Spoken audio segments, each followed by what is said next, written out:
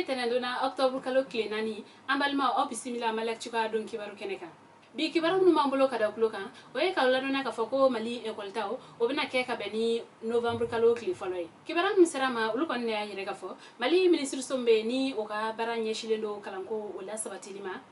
Karido October kalo kile saba ale sebenke ka bela jeli la dona ka fo ko mali école taw ko ulu bina ke ka ke ni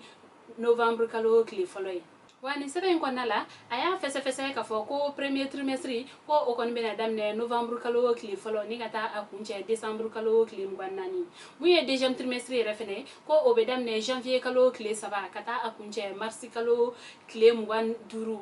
samba fla ani ngwan fla kon nala troisième trimestre yere kon fene ko o bena damne mai kalo kili fla ni kata akunche juin kalo kili bisaba samba fla ani ngwan fla kon nala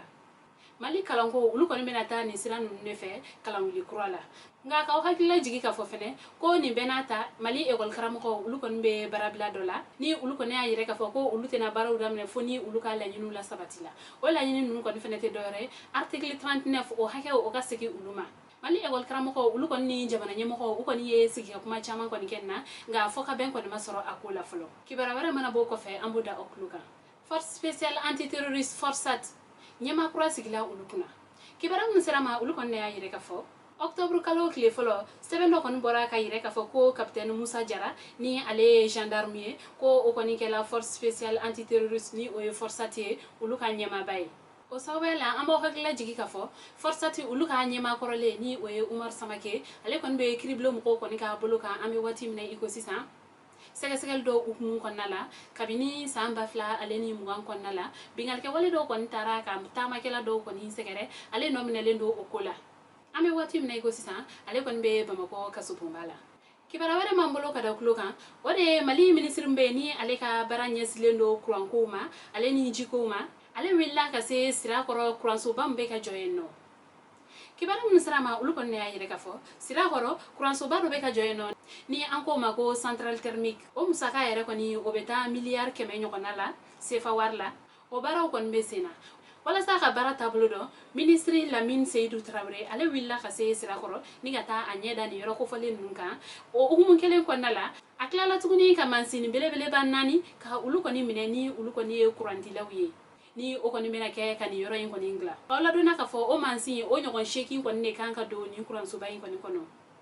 nga ame wakati mina iko sisa nani koni sorola koni ya takalaje ko ni bara akoni kunkanga ta kunche fo octobre kalo fanfela na samba fla ani mwan fla konala nga ministre Lamine Seydou kapmala ko mali jamana nyamoko ulu koni yo ufanga fara aleta kan wala sa choga mna ni bara koni bese katilia o sabu yala uye fuka pen soro bara telialla ni bara ke baka dunye ni ulu yere koni ya yire ka fo ko bara abena telia kateme korolinka ko ambe wakati mina iko sisa bara en koni ya ta keme sara kibita soro ko bishe koni ne kalendo ala ni o koni ba yire ka fo ko bara en akoni to manja ko ni wale am koni flani ko bank islamique de développement ko ore mali jamana koni njukoro madondo ni bara en konna wala saka seka ni kuran so ba en koni soro ni tama en konnala ministry ale koni ya yire ka fo ko ni koni kera ni sonja ko ba ale refenema ko sabla ni mina ke sababu ye chama koni be bo bamako kuranti kawla Abdoulaye Baloni oye association des consommateurs du Mali uluka président o yere kon fene wole bla dude on bela jelen kon ma ko bela jelen kon ka to ka courant facture nun kon sara anyema wala sa bela jelen kon mese ka da musoro ni konna kuno fene kunchela ki bara were mamolo ka da kloka o de kuri aleni kuchela chelala mali fene tiki uluye du takala do ka mobilisation ele mine kana di uma ki bara mun sara ma ulukon ne ayere ka fo jumado octobre kalo kle follow kemar fatigi do ko ne bingal ke waleta ka nyasi ndu tagala do ko ni ka moblima ayere na ka fo ko ni ndu tagala nun kon me ka bo Burkina ko ka uto kuri aleni ku chala chelala ko sila farambe no ni anko mako karangana